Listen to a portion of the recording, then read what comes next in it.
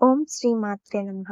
ఆషాఢ మాసంలో వచ్చే ఈ 9 రోజుల వారాహి నవరాత్రుల మహిమ గురించి మీకు తెలుసా? ఈ వీడియోలో తెలుసుకుందాం. ఈ 9 రోజులలో భక్తితో వారాహి అమ్మవారిని ఆరాధిస్తే జీవితంలో ఉన్న శత్రుబాధలు, ఆర్థిక సమస్యలు, కోర్టు కేసులు, దృష్టి దోషాలు, తెలియని భయాలు తొలగిపోతాయని శాస్త్రాలు చెబుతున్నాయి. అయితే వారాహి నవరాత్రులు ఎప్పుడు చేయాలి? ఏ రోజు ఏ పూజ చేయాలి? ఏ నైవేద్యం సమర్పించాలి? ఏ నియమాలు పాటించాలి? ఈ వివరాలన్నీ ఈ వీడియోలో తెలుసుకుందాం. జై వారాహి మాత. వారాహి అమ్మవారు సప్తమాతృకలలో ఒకరు. లలిత త్రిపుర సుందరి దేవి సేనాధిపతిగా ఆమెను భావిస్తారు. వరాహ అవతార శక్తి స్వరూపిణిగా వరాహిదేవి భక్తులను రక్షిస్తూ దుష్ట శక్తులను సంహరిస్తూ ఉంటుంది. వారాహి అమ్మవారి ఆరాధన సాధారణ పూజల కంటే ఎంతో శక్తివంతమైనదిగా భావిస్తారు. అందుకే అనేక మంది సాధకులు, ఉపాసకులు ఆషాఢ నవరాత్రులను అత్యంత భక్తితో నిర్వహిస్తారు. మరి ఈ నవరాత్రులలో ఏ రోజు ఏ పూజ చేసుకోవాలో తెలుసుకుందామా? డే 1 ఒకటవ రోజు సంకల్పం మరియు కలశ స్థాపన చేసుకోవాలి. మొదటి రోజు ఉదయం స్నానం చేసి ఇంటిని శుభ్రపరచాలి. పూజా స్థలంలో ఎర్రని వస్త్రం పరిచి వారాహి అమ్మవారి చిత్రం లేదా విగ్రహాన్ని ప్రతిష్ఠించాలి. కలశాన్ని ఏర్పాటు చేసి దానిపై కొబ్బరికాయ ఉంచాలి. సంకల్పం: అమ్మా, ఈ 9 రోజుల నవరాత్రి పూజను విజయవంతంగా పూర్తి చేసి శక్తిని ప్రసాదించు తల్లి అని ప్రార్థించుకోవాలి. నైవేద్యం: పాలు, పండ్లు సమర్పించాలి. ఇలా ఒకటవ రోజు పూర్తవుతుంది. రెండవ రోజు కుంకుమార్చన. ఈ రెండవ రోజు వారాహి అమ్మవారికి కుంకుమార్చన చేయాలి. అలాగే వారాహి అష్టోత్తర శతనామావళి చదువుతూ ప్రతి నామానికి కుంకుమార్చన చేయాలి. ఈ పూజ వల్ల కుటుంబంలో శుభ ఫలితాలు పెరుగుతాయని నమ్మకం. నైవేద్యంగా చక్కెర పొంగలి పెట్టాలి. మూడవ రోజు దీపారాధన మహిమ. మూడవ రోజు 2 దీపాలను వెలిగించాలి. నెయ్యి దీపం మరియు నువ్వుల దీపం. దీపారాధన సమయంలో అమ్మ, నా జీవితంలోని చీకట్లను తొలగించు అని ప్రార్థించుకోవాలి. నైవేద్యంగా పాయసం సమర్పించాలి. నాలుగవ రోజు పసుపు అర్చన చేయాలి.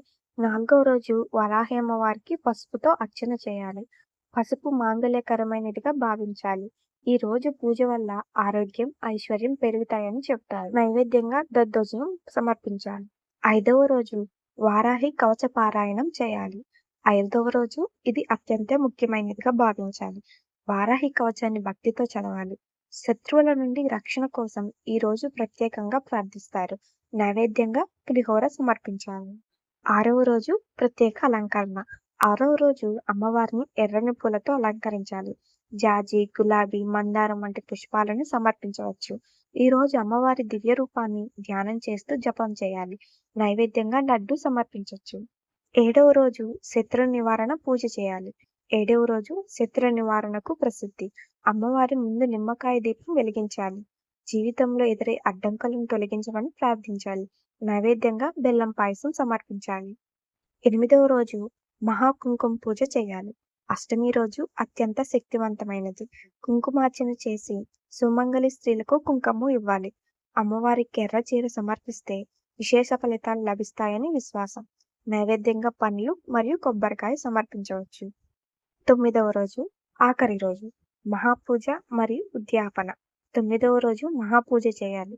అష్టోత్తరం, కవచం, మంత్రజపం పూర్తి చేసి హారతి ఇవ్వాలి. సాధ్యమైనంత వరకు అన్నదానం, గోవుకు ఆహారం, పేదలకు దానం చేయడం మంచిది. ఉద్యాపనతో నవరాత్రులు ముగుస్తాయి.